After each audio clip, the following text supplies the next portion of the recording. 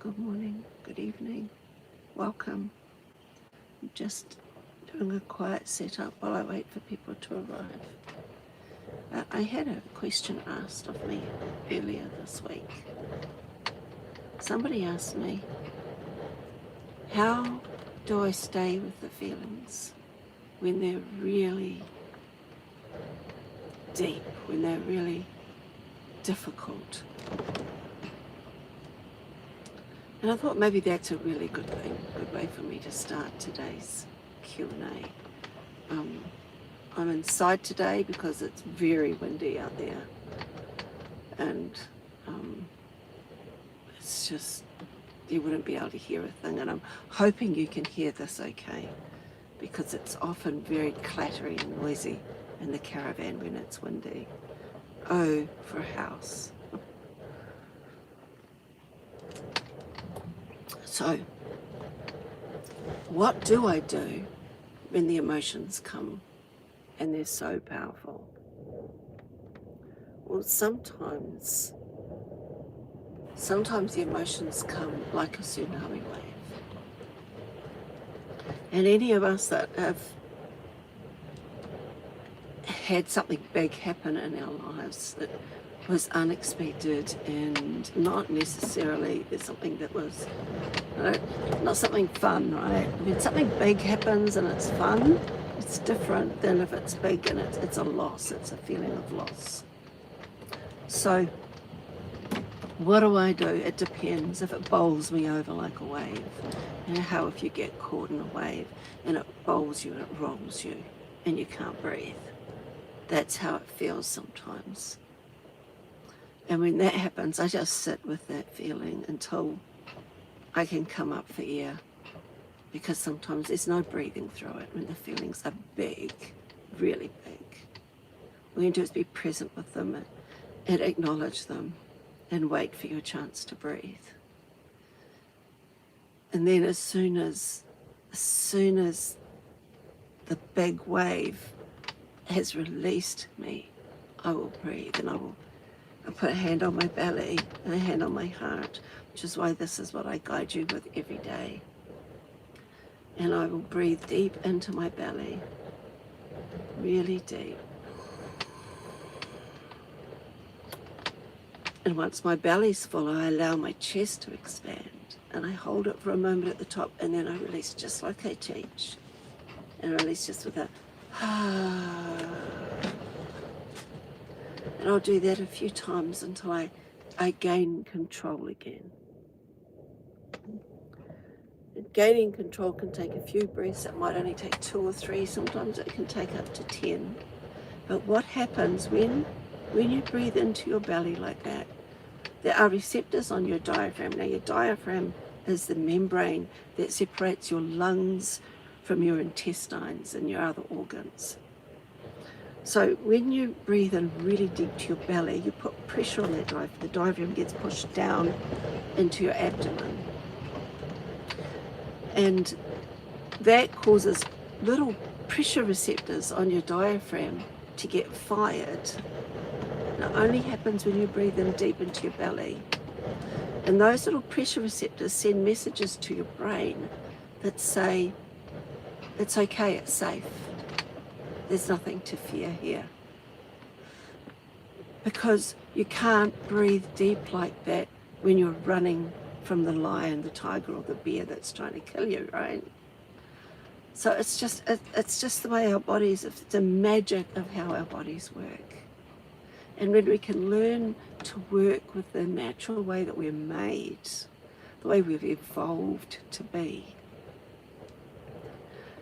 then it helps us win, right? It's win as in being able to guide the way that our bodies react, the way that our brains respond to stimuli. So that deep breath, it works for anything that causes anxiety, anything that has you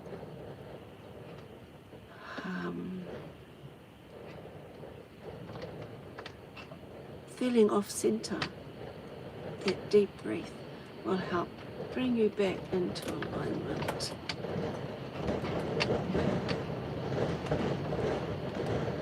So that's just that deep breath. Expand your lungs. Let yourself know that you're safe.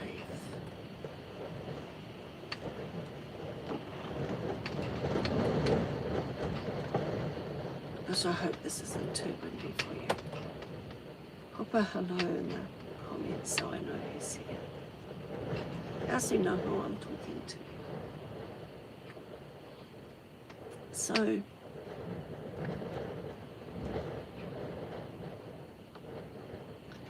those big, deep feelings, there's no way of preventing them, right? We can't stop it. There's all sorts of, there's people who say you can. There's people that say you can control your feelings, you can control your thoughts, you can control your emotions, you know. The thought comes first and then the emotion. And I don't subscribe to that. I subscribe to the feeling comes first. And then we hang a story off it. And that's primal. This happens because we're human, because we're mammals, because we're primates.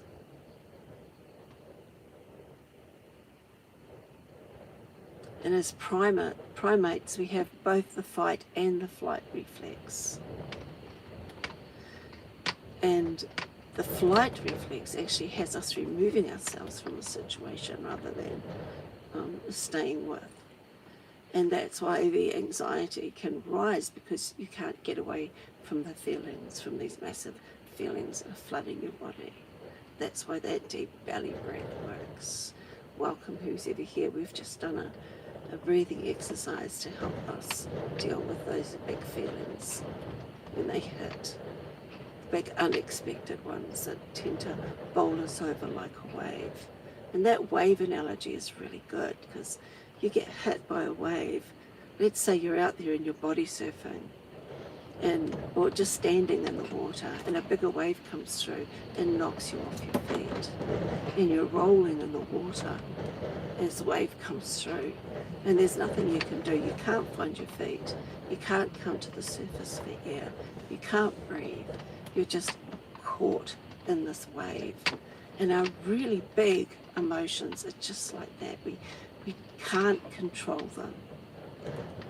So the only way we have to work with them is by controlling our response. And this actually goes through all areas of life. It's not just this, but controlling our response to everything. And I was just saying that some people, I've heard people say, you have the thought first and then you attach the feeling. And I've never found that. I get the feeling first and then I attach a story to it. So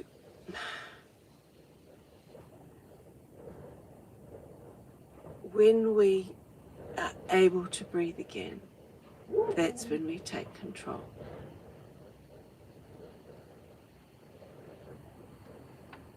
The human body is an amazing thing, the way that it works, and the way that our mind needs to attach stories to things that happen. You know, like soon after Sue died, I had an experience one day where I actually looked up at the sky, and it was the colour of her eyes, and the shock. My heart stopped. And my breath stopped. And I couldn't do anything about that. I couldn't control that reaction of my body, that automatic reaction. But what I could do, the feelings that followed that were incredible, and I started to add a story, attach a story about how she wasn't here anymore, and all of the negative spiraling stuff. And what I've learned is that if I can actually just be present with that feeling, with that whatever it is, and not tell the story. Not tell the story.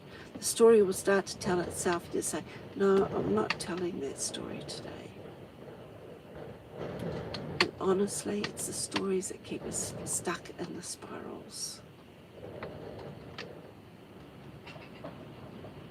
And I do see grief as an opportunity to grow. I do feel that we have soul contracts, that people come into our lives and we have soul contracts with them. And some of them choose to leave at a time that will best benefit our growth. And if we attach that story to our pain, try it. See how it shifts. It shifts your perspective.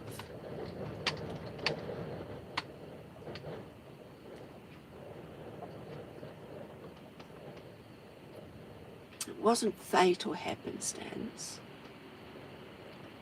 It didn't happen to hurt you, cause you pain. The reason that you had that experience, the reason that that person came and loved you and then left, was a growth opportunity. It was an experience that you signed up for before you came.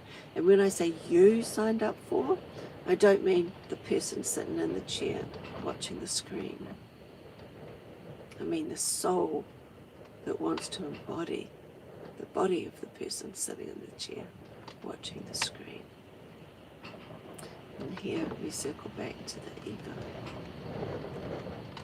Because the body sitting in the chair watching the screen right now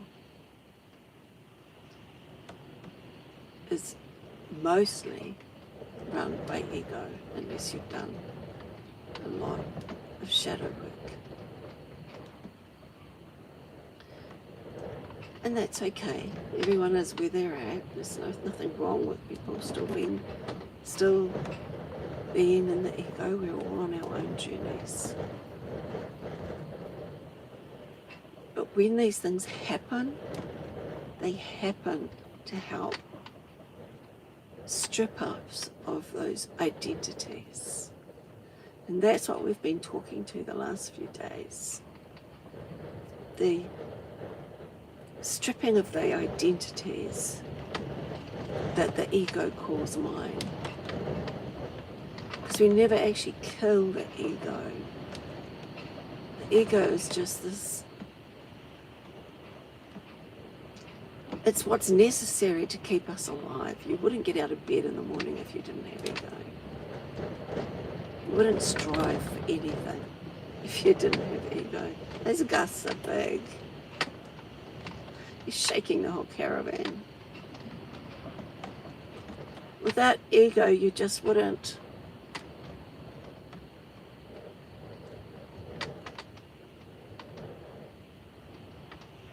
Yeah. You'd be quite happy just being a blob.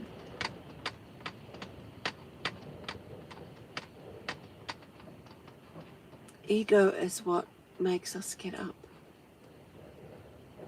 It's what makes us want to be better.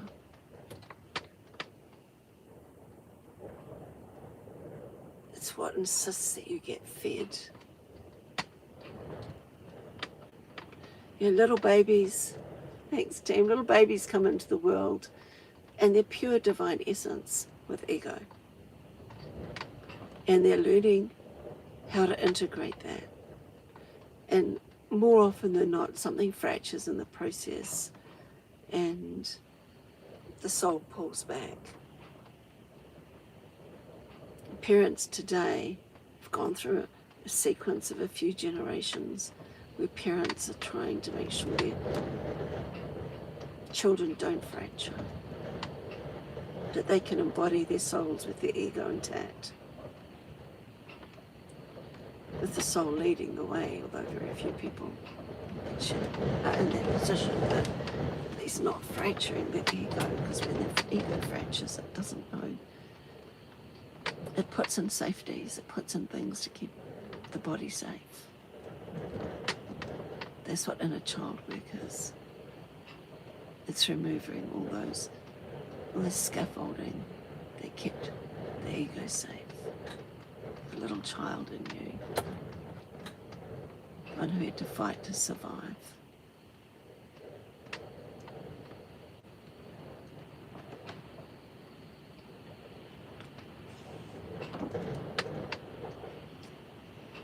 It is a Q&A. I invite you to stick your question in the comments so I can speak to your own questions, because this is, this ego work is heavy work. It's not easy. It's complicated.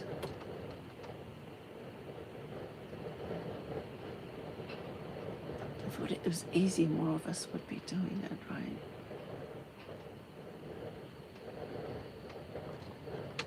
I just have to say I'm proud of you that you are my one viewer at the moment. I'm proud that you are doing the ego work, because it isn't easy. The easiest route is definitely just to keep on floating along with whatever's happening in the moment. It's easier, but in the long term it's not, because things will keep on happening until you actually do the work and teach the ego its place. Not as in, I'll teach that, right? It's not that sort of energy. It's like the calm way you teach a horse to follow pressure, not force. And here I'll give you an analogy. When I'm training my young horses to lead, they've had halters on, but they've never learnt to lead. So what I did was I'd put the halter on, put the lead rope on, and then I'd step away and just put light pressure on the lead. Horse is standing there, there's pressure. Initially they pull back. I just hold, like I'm a post, and wait patiently. And then they realise that pulling's not working. They'll take a step towards to release the pressure. I don't put the pressure back on, I let the release happen. And I give them praise, I send them warm heart energy. I might scratch their faces. And then I'll take another step, put just that light pressure back on the lead again. And they'll go through it again, but very, very quickly they learn that if they step forward into that light pressure, it's gone. And so they start to follow you. They start to lead beautifully. I don't have any trouble catching any of my horses. I see people talking about trouble they have catching the horses and chasing them around. And yeah, I've been there in the past. But my horses want to be with me so much that if I go out with the halter, they come up to me. Practically drop their head in. So it makes training really easy because they're open, they're calm, and even my filly, she's now a mare, who came to me so anxious that you couldn't get near her without getting bitten. She came up to me the other day.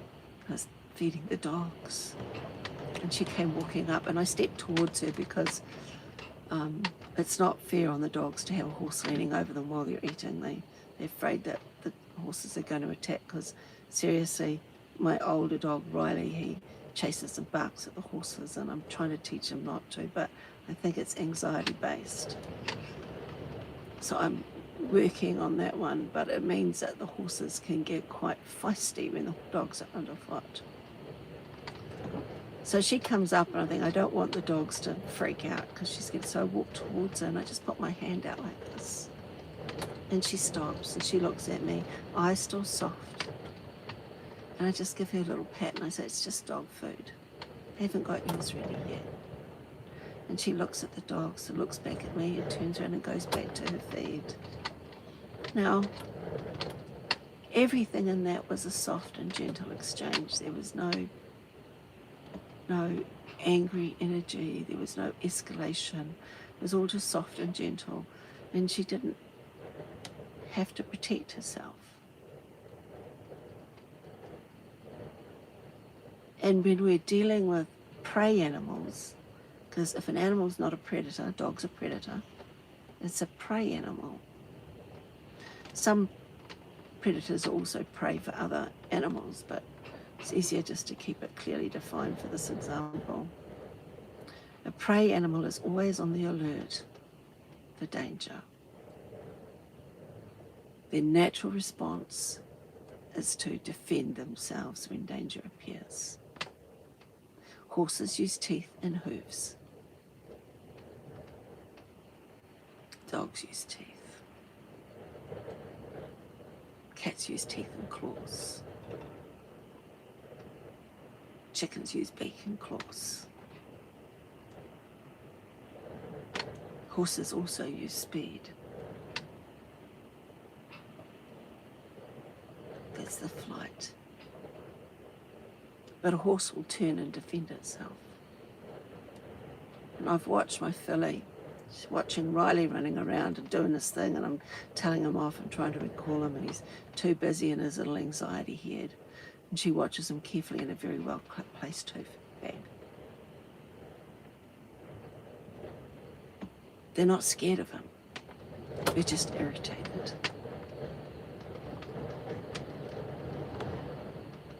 And when you see how precise they use their body, it's pretty phenomenal. All right, I check him over, make sure he's okay. He gets treatment if he's been bruised. But usually it's just a warning. And a warning can feel like a tap rather than a beating. They know precisely where their bodies are.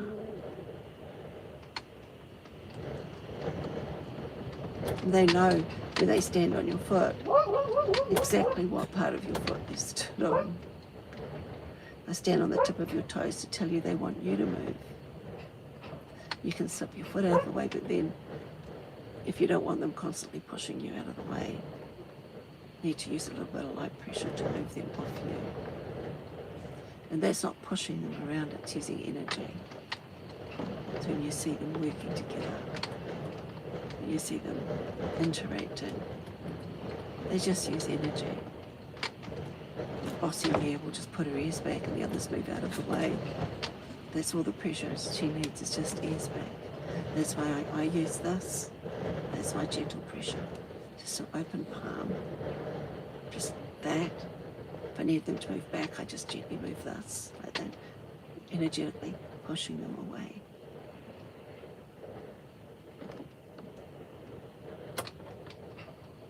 All done gently, and see, that's how we need to be with ourselves after that long ramble about horses.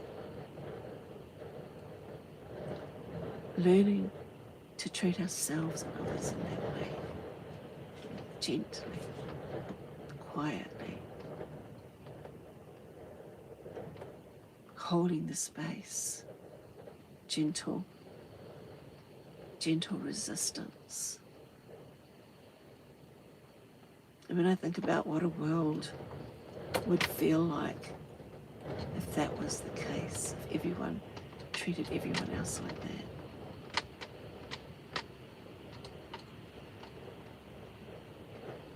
It would be a different place, wouldn't it? Wouldn't we be living in a beautiful world if everyone respected everyone? When I say everyone, I don't just mean humans. I mean the animals and the plants, nature. My Q&A has become a lecture. Sorry. Ask me a question. Change my direction of thought. We started off talking about how do we handle those really big emotions. And the truth of it is, all we can ever do is be present with the present moment. It's the only moment that is. It's the only moment that's real. Everything else is an illusion. Just repositioning, my foot's going to sleep. Everything else is an illusion, you know. We can fight it, but that doesn't really get us anywhere when we try to put fight energy into something. It just becomes combative. And you know, the divine feminine is never combative. She is never combative. And that's kind of where we've lost our way, and where the false light spirituality has led us kind of down a bit of a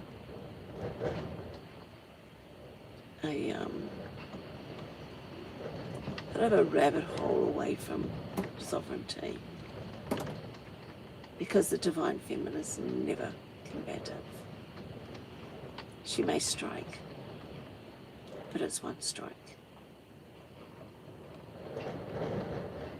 You know,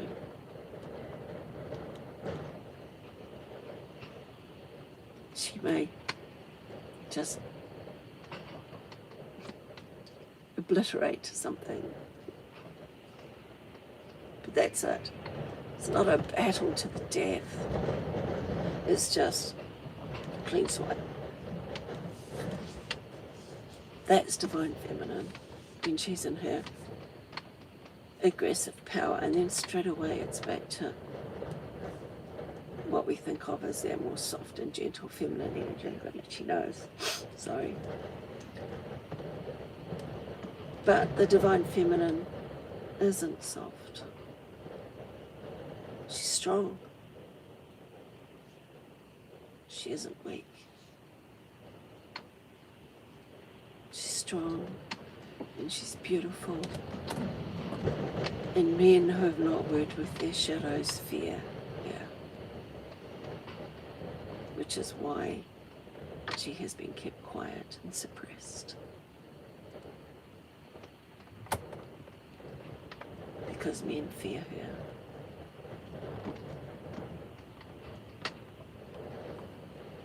And I say this often because people get confused.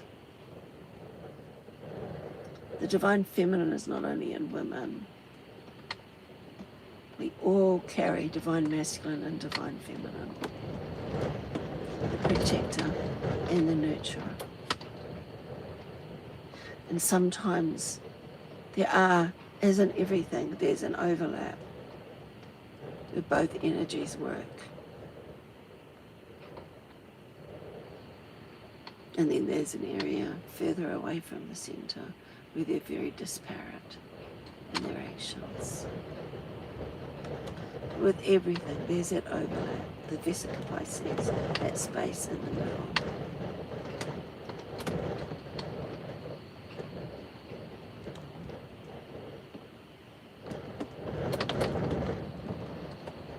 I don't know why my team have just said the Shiva Lignum. I don't know what that has to do with it. Maybe one of you will be able to tell me.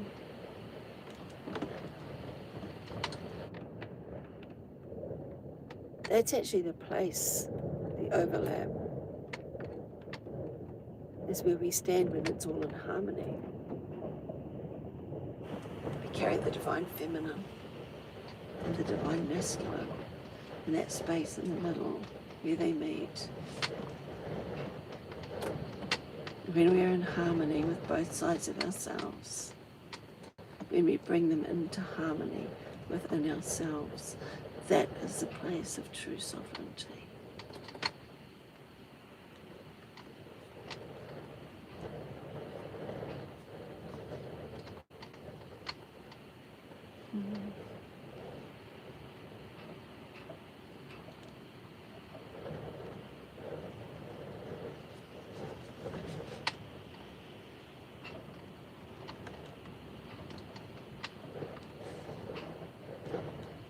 Now, there's so much out there right now that's very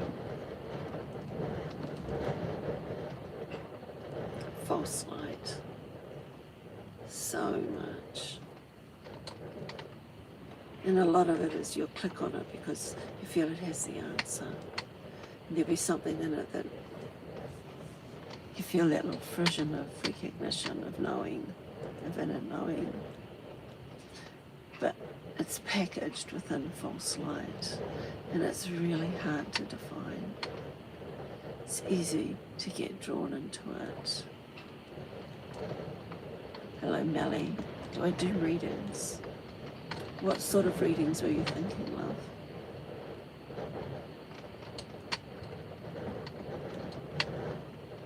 I've been thinking of offering voice notes.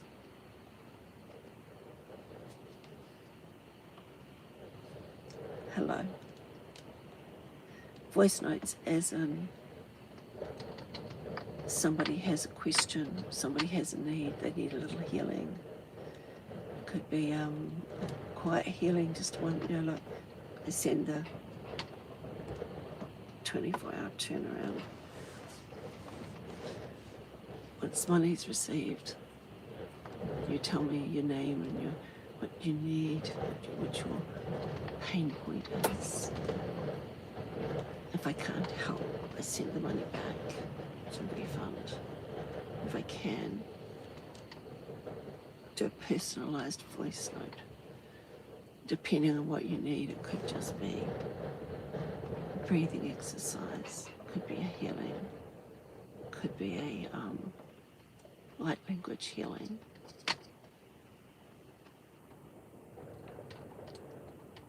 And it depends what sort of readings you mean, Melly.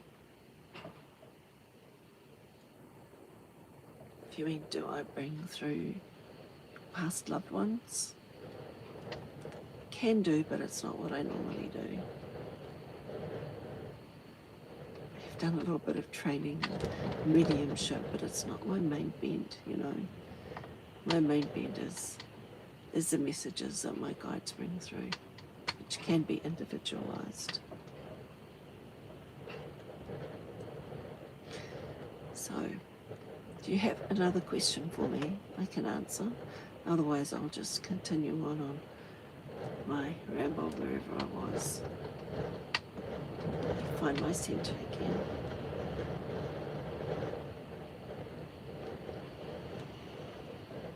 I guess I've kind of lost that track.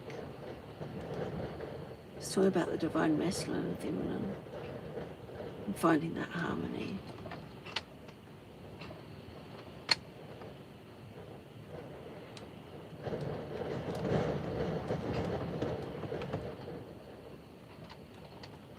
I'm really, Melly, I'm simply someone who helps guide people through their deepest feelings. Helping you find that solid ground within yourself. Help you return to your body. And what does that mean? It means that we're so often outside our bodies. Traumas hit us. And we leave our bodies, our soul leaves our bodies. We stay just totally ego in the body. And so it's about allowing the soul to step back in again, to take over. And when the soul is leading, it doesn't actually mean we don't have problems anymore, but we handle them a little bit differently. And it doesn't mean the ego doesn't pop up and say, what about me sometimes, because it will always do that. I remember a few years ago when I was really struggling with trying to have some control over myself. I was so desperately wanting to find my Zen, and there was so much happening that finding my Zen just wasn't a happening thing. And my daughter had spent 3 months in an ashram in India and done some yoga training. But the small yoga training is not just the stretches and things you do, it's about personal sovereignty. And she said, Mum, you know, Anan, who was their teacher,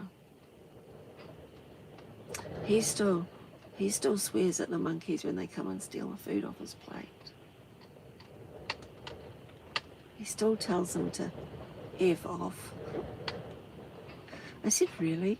She said, yeah. Even people who are calm and in their zen most of the time still have moments when they shout at something that he's them off. And I was like, oh. It kind of gave me permission to still be human. And that's really important, you know, when you false light spirituality tells us that it's not okay to be human. We've got to try to rise above all of that. Rise above, kill the ego, rise above the ego, be something better than that. And not react to things at all. But real spirituality isn't that. Real spirituality is embodying the body with your soul and loving those human parts of yourself, because it's a part of who we are. We're spiritual beings having a human experience, and that human experience is messy and it's hard. Oh my goodness, is it hard at times? Incredibly challenging. And I know I've said it before, but I've had words with my soul. Who the heck do you think you are, making life this hard? You must think you're some pretty amazing being thinking that this would be a piece of cake. Because it isn't. An egotistical soul.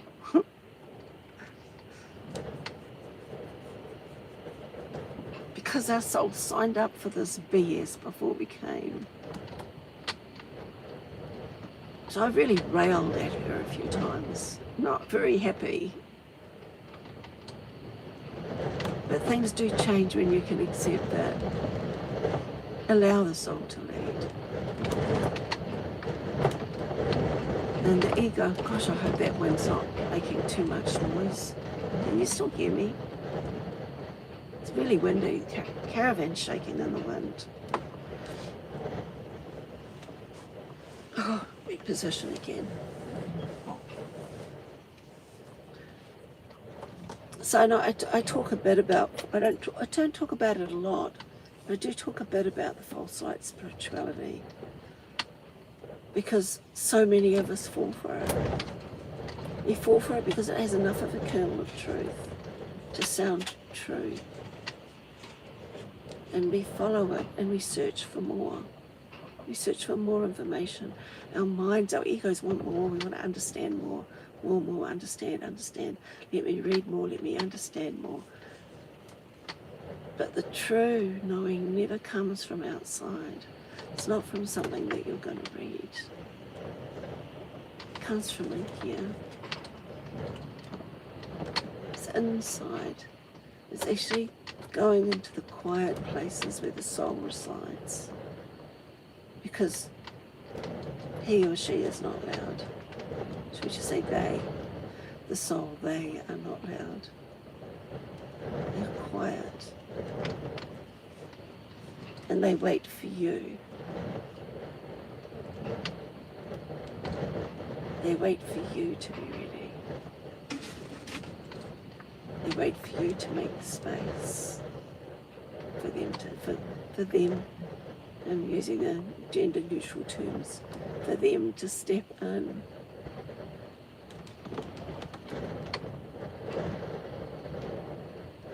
Soul never forces its way in.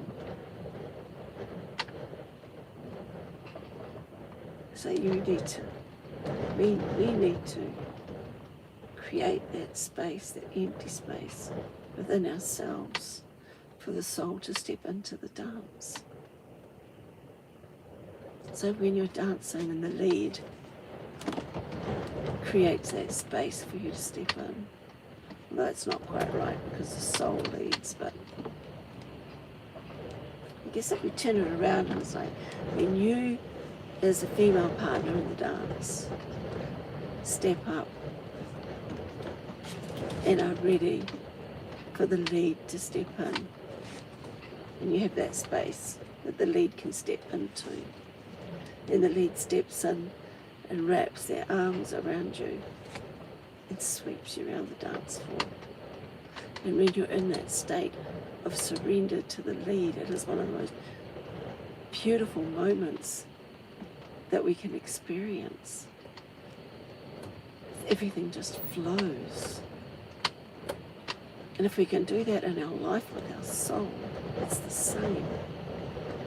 It doesn't mean there won't be missteps, because even the best dancers make mistakes. Doesn't mean there's not going to be things that happen.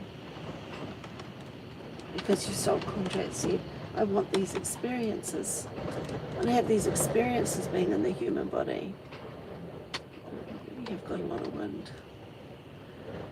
These are the experiences that I want to have. This is the growth I want to experience. And the ego doesn't always want those experiences. So yeah, puppies come to join me. Again, like always, it's just off screen. Come here, show everyone what you look like. A hound with a basketball. There he is. My little teddy bear.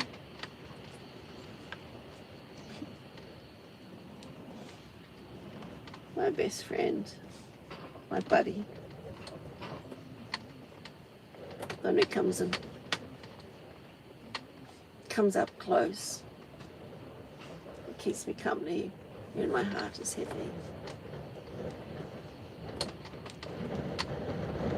There's amazing intelligence in our mammal companions. Dogs and cats especially, because they've lived alongside humans for so long. This breed is a legato, and the legato spent about 3,000 years living in close proximity with humans. They were bred by Italian peasants. And of course, peasants, if they had a dog, the dog had to do everything. They had to be the guard dog. They had to be the babysitter. They had to be the hunter. They were used to flush ducks into nets long before there were ever guns. So they have a coat that allows them to be in the icy Italian lake water and flush the ducks into the nets, and mouths that allow them to retrieve them without damaging them. And he's gone and picked up a duckling out of the dam that's lost its mother. And he's brought it to me and dropped it at my feet unharmed. They're just gentle souls. If we start as puppies and teach them hunting's not okay. Don't hunt the ducklings.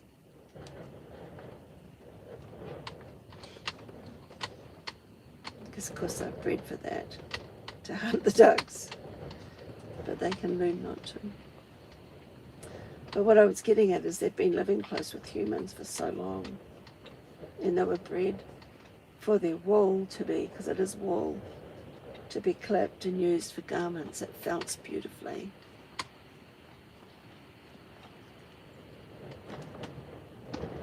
So the advantage of an animal that was bred by peasants is it was bred to do so many things. You know, you get the dogs that were bred by counts and viscounts and lords and etc. And they had different breeds for different jobs.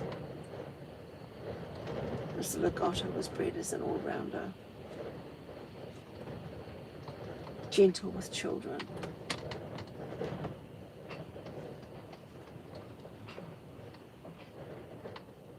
Watching things that are different, letting you know that something's changed. And when we're in our moments of grief, when we're walking through valley of the shadow of death. An animal companion can really help us so much stay centered, help us know that we are okay, that we are still loved even when the person that we loved is gone, that we are still worthy even when we don't have a job, even when our identity is being dissolved. They make great companions on their walk.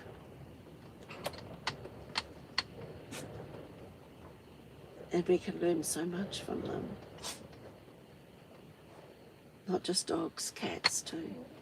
Horses. My God, the lessons you learn from horses. But we spoke about that already. And how what I learned from horses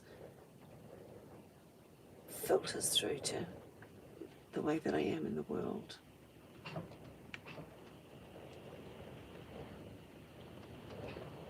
Our time is nearly up. Did you have any questions you wanted answered before I need to go and feed the animals? I set this up for my morning drink before I go out and feed everybody. And the main thing is I can just sit with you and answer any questions. And it usually ends up me being on a ramble. But we did answer at the beginning. We answered the question that I received this week from someone: how do I handle my emotions when they get really big? That wasn't the exact wording, but that was the energy behind the question.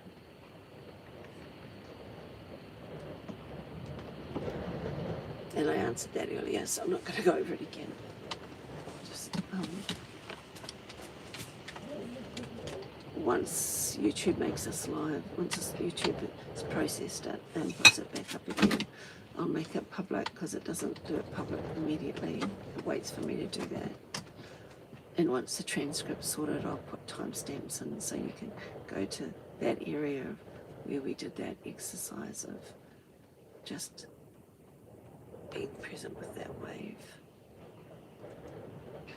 But as we tie up, if you have no questions, I'll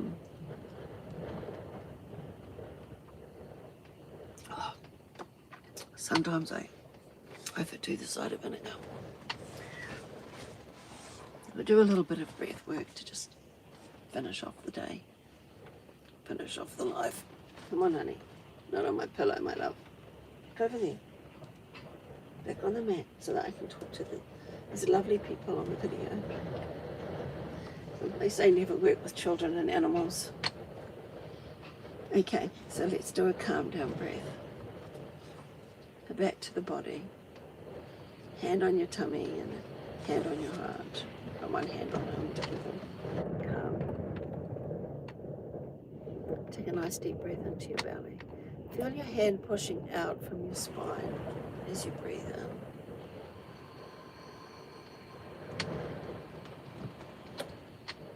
Fill your lungs right up, and then when you think they're absolutely full, add just another little sip of breath.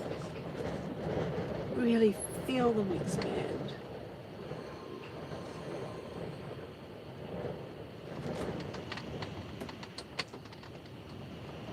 Hold and then release.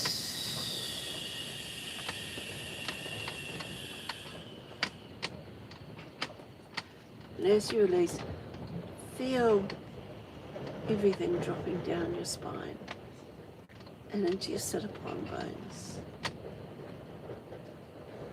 Feel all of your tension dropping down. We'll do another one.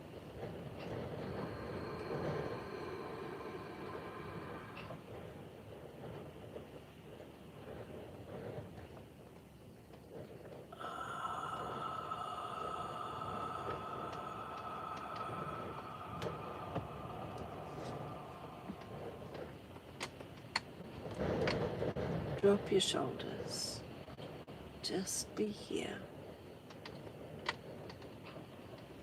The world can wait another couple of minutes. You can go and deal with dinner, go and deal with the children, deal with whatever it is that needs to be dealt with in a couple of minutes. This moment is for you.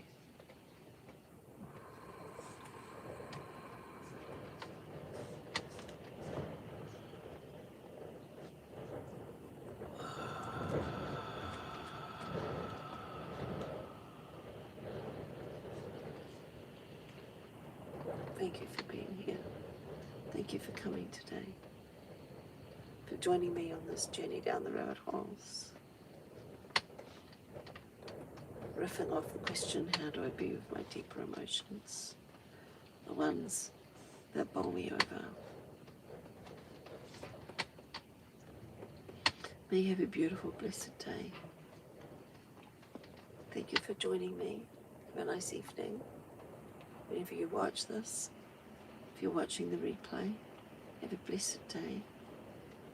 I'd love to see your comments. I'd love to hear your questions for next time. Throw some questions at me so that I can talk about what's really concerning you. Have a beautiful day. May you go through the rest of your day feeling that calm inner knowing that all really is well, everything is working to your advantage, even when it feels it isn't, because it's not your ego's advantage, it's your soul's advantage. Different things. Shalom. When do we finish this one?